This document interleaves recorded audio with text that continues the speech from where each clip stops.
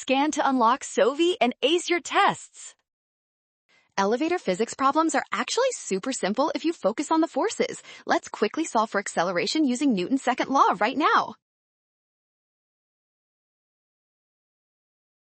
First, look at the small block alone. The normal force pushes up while gravity pulls down, so net force equals mass times acceleration. This directly gives us the equation for option A.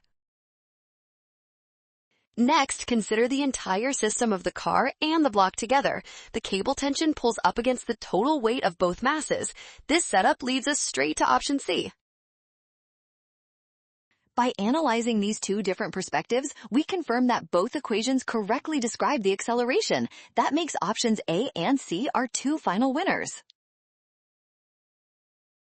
Well done! Scan the code, you can learn better with Sovi. Watch your signs and always trust the given variables to avoid a rush.